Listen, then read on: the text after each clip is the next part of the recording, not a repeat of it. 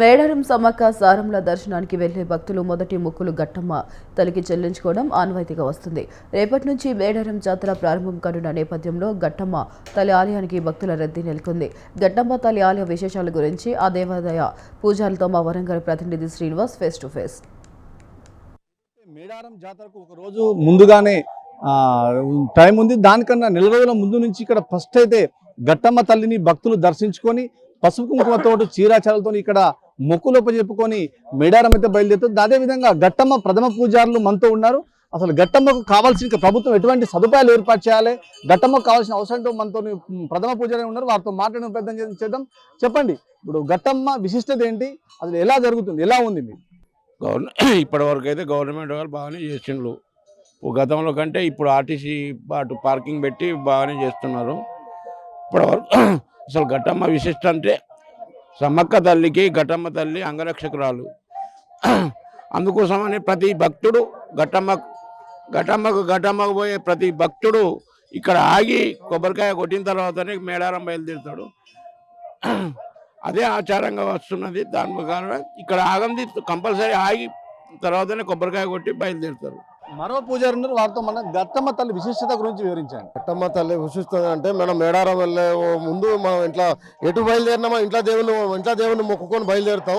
ఆడ కొబ్బరికాయ కొట్టి ఇక్కడ కూడా మేడారం 2 సంవత్సరాలకు ఒకసారి మొక్కు ఉంటుంది కనుక గట్టమ్మ కాడ ప్రత్యేకంగా ఒక 2 సంవత్సరాలకు ఒకసారి మొక్కున్నప్పుడు దర్శనం చేసుకొని సంపూర్ణంగా పోయి వచ్చినాం కనుక ఇక్కడ కూడా కొబ్బరికాయ కొట్టుకొని మేడారం వెళ్ళొచ్చు భక్తులు. అదేవిధంగా మరో గట్టమ్మ తల్లికి ప్రథమ పూజారైన సురేందర్ ఉన్నారు, వారితో కూడా మాట్లాడిన ప్రయత్నం చేద్దాం.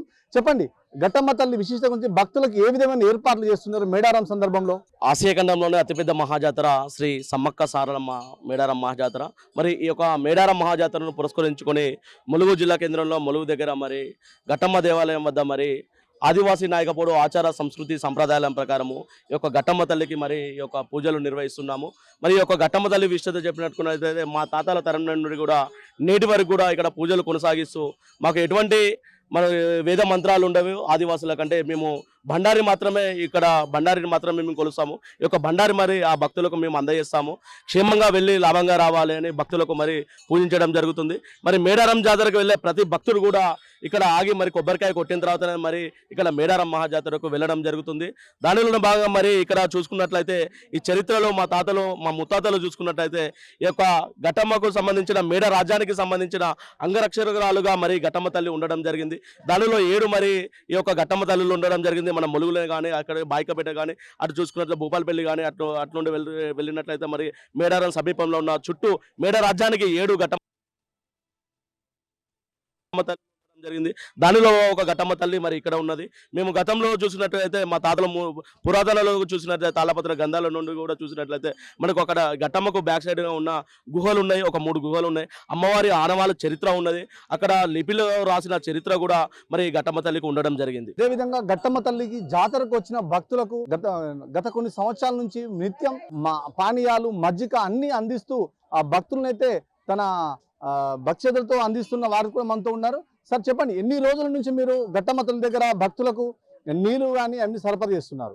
గత 4 సంవత్సరాల నుండి మేము వాటర్ సప్లై చేయడం జరుగుతుంది. గట్టమ్మ దగ్గర దర్శనం చేసుకున్న భక్తులకు, ఇక్కడ నుండి సమ్మక్క పోయే భక్తులందరికీ మన గంగిశెట్టి సత్యనారాయణ సేటు ఆధ్వర్యంలో జిప్సీ గోల్డ్ మా తరఫున మేము ప్రతి సంవత్సరం వాటర్ సప్లై చేయడం జరుగుతుంది. ఇంతకుముందే మన మినిస్టర్ గారు సీతక్క గారు వచ్చి ఓపెనింగ్ చేసిపోయారు. ప్రతి సంవత్సరం మేము ప్రతి జాతరకి ఇలాగే చేయాలని కోరుకుంటున్నాం. ప్రతి సంవత్సరం చేస్తాం. అందరూ ఈ వాటర్ను ఈ నీటి సదుపాయాన్ని వినియోగించుకోవాల్సిందిగా భక్తులకు మనవి చేస్తున్నాము.